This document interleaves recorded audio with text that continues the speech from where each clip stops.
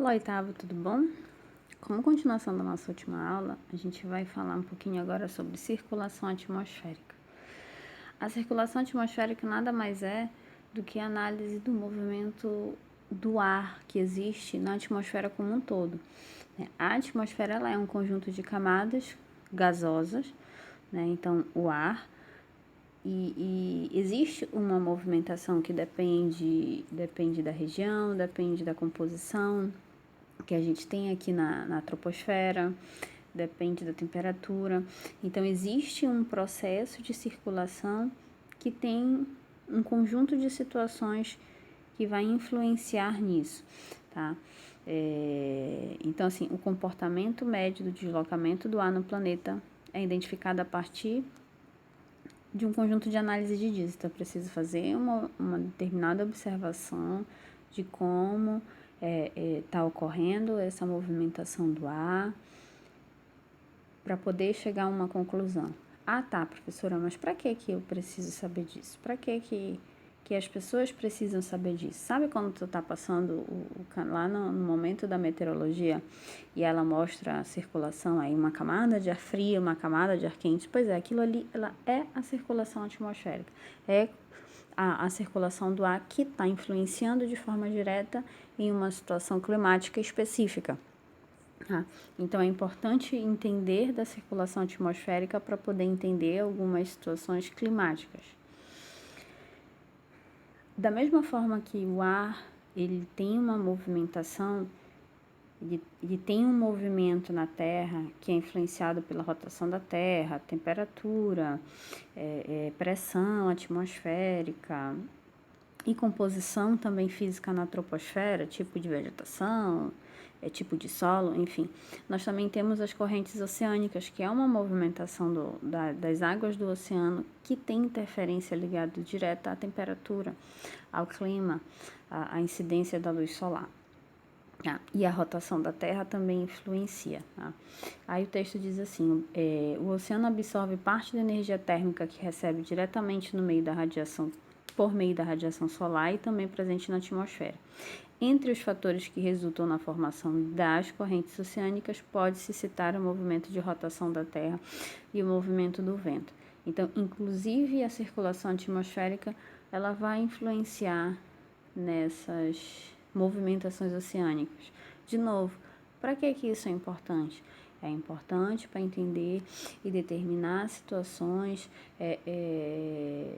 que envolvem a natureza. A natureza ela não é 100% previsível, mas existem movimentações, existem situações que elas, quando se repetem, já é um sinal de que vai acontecer algo, é um sinal de que vai acontecer uma maré alta, um pouco mais elevada em determinadas localidades. Quando a gente fala do ar, é esperado um tornado, um tufão, uma pancada de chuva. Tudo isso é determinado por essas duas movimentações, oceânicas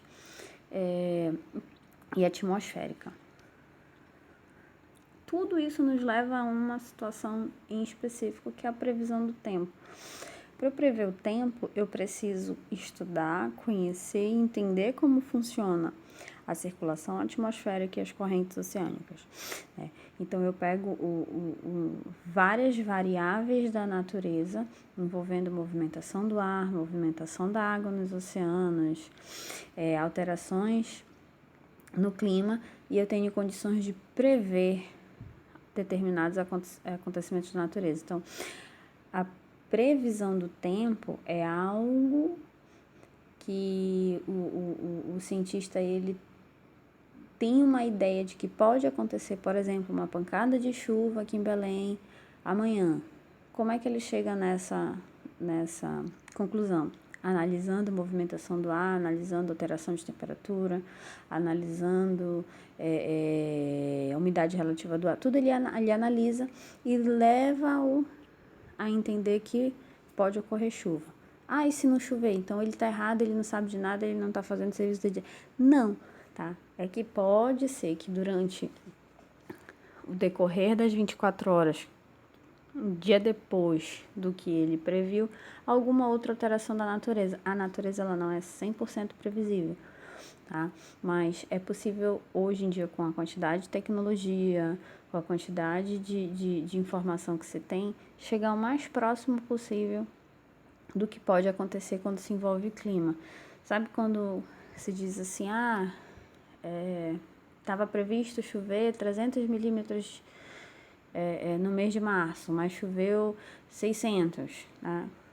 Foi feito um cálculo em cima das condições meteorológicas do momento, que a previsão era essa, mas a natureza, de novo, ela pode sofrer alguma alteração por várias situações.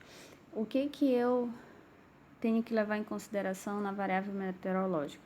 Na previsão do tempo em si, que é a estação de meteorologia que vai tratar disso, tá? Então, lá na estação meteorológica eu tenho um sensor de umidade, um sensor de temperatura, um sensor para o vento, um sistema para guardar esses dados e até um sensor de radiação solar. Eu pego todas essas informações, temperatura do ar, temperatura do solo, umidade relativa do ar, precipitação, que é a questão das chuvas, pressão atmosférica, radiação, direção e velocidade do vento. E eu tenho como pegar todas essas informações e usar ela para prever determinadas situações meteorológicas. É um conjunto, é um estudo que vai juntar várias informações, tá? E aqui a gente tem os equipamentos que a gente usa para isso, tá? Termômetro, pluviômetro, barômetro, piramômetro e por aí vai, tá? Então, olha só, queridos, essa é a nossa última aula agora, dessa semana.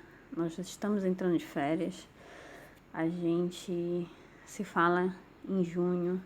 Vamos crer, vamos orar que em nome de Jesus a gente já vai poder se ver pessoalmente, certo? Então, até a próxima.